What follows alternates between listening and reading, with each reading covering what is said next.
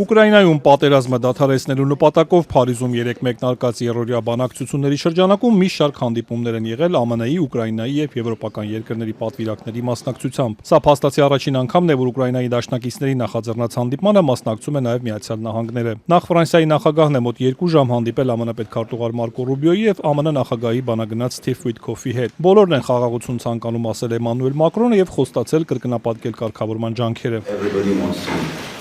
Կարծում եմ, որ բոլորն են ուզում հասնել խաղաղության, անկասկած, ամուր ու կայուն խաղաղության։ Եվ հիմա խնդիրը մեր մոտեցումը ու քայլերի հաջորդականությունը որոշելն է, հասնելու արդյունքների, որոնց ձգտում ենք։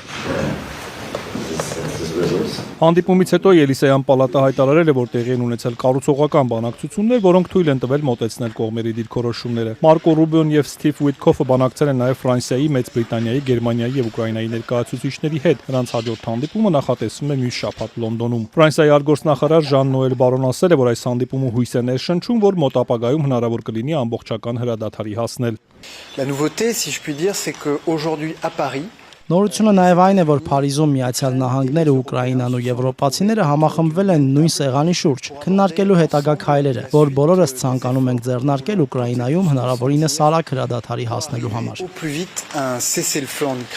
Իսկ հնարավոր է հրադադար առաջիկայում ԱՄՆ նախագահը հայտարարել է, որ մինչև շաբաթվա վերջ Մոսկվայից պատասխան են ակնկալում։ Մենք նրանցից պատասխան կստանանք այս շաբաթ շատ շուտով եւ կտեսնենք թե ինչ կլինի, ասել է նա։ ԱՄՆ պետքարտուղարն իր հերթին ասել է, որ 3 դրական հանդիպումներ են ունեցել Փարիզում, սակայն չեն պատրաստվում ամիսներով բանակցել։ Միացյալ Նահանգները կհրաժարվի խաղաղության համաձայնագրի ջանքերից, եթե մոտ օրերս առաջընթաց չգրանցվի։ Այնպես որ եթե նրանք լուրջ են վերաբերվում խաղաղությանը, կողմերից մեկը կամ երկուսը, մենք ցանկանում ենք օգնել։ Եթե դա տեղի չունենա, մենք պարզապես կշարժվենք առաջ։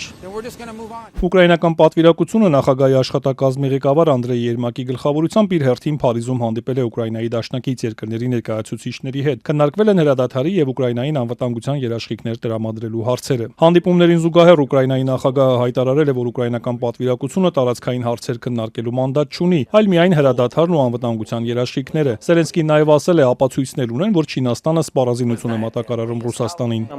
Отримали нарешті інформацію, що Китай поставляє зброю Російської Федерації. Հաջորդ շաբաթ կկարողանանք շատ մանրամասն խոսել այդ մասին, հատկապես այն տվյալների, որոնք վկայում են, որ Չինաստանի ներկայացուցիչները նաև Ռուսաստանի տարածքում են զբաղվում զենքի արտադրությամբ։ Представники Китаю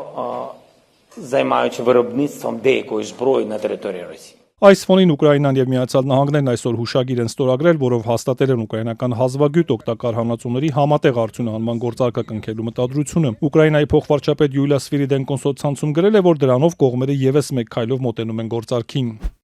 Ուկրաինան եւ Միացյալ Նահանգները հուշագիր ստորագրեցին, որով հաստատվում է մեր թիմերի կառուցողական համատեղ աշխատանքը եւ գործարքն ավարտին հասցնելու ու մեր երկու ժողովուրդների համար ձեռնտու համաձայնագիր կնքելու մտադրությունը։ Փաստաթղթի նախորդ տարբերակով նախատեսվում էր ստեղծել Ուկրաինայի վերականգնման հիմնադրամ, որը կղեկավարի ԱՄՆ-ն եւ որին կուղղվի հանքարդյունաբերությունից ստացված եկամուտների 50%-ը։ Այդ միջոցներից Կիևը պարտավորվում է $120 միլիարդ հատկացնել հիմնադրամին, որպես պատերազմի ժամանակ ԱՄՆ-ից ստացած օգնության դիմաց փոխհատուցում։ Սվիրիդենկոն չի մանրամասնել, թե ինչ է ենթադրում նոր տարբերակը։ Դոնալդ Թրամփն իր հերթին ասել է, որ գործարքը կստորագրվի գուցե հաջորդ շաբաթ։ Փարիզում հանդիպումների ֆոնին ռուսական զորքը գիշերը բալիստիկ հրթիռներով հարվածել է Խարկովին կամ 1 զոհ, մոտ 90 վիրավոր։ Վնասվել է 20 բազմաբնակարան շենք։ Ռուսական կողմն իր հերթին հաղորդել է մի քանի շրջանում ուկրաինական անօդաչուների հարվածների մասին։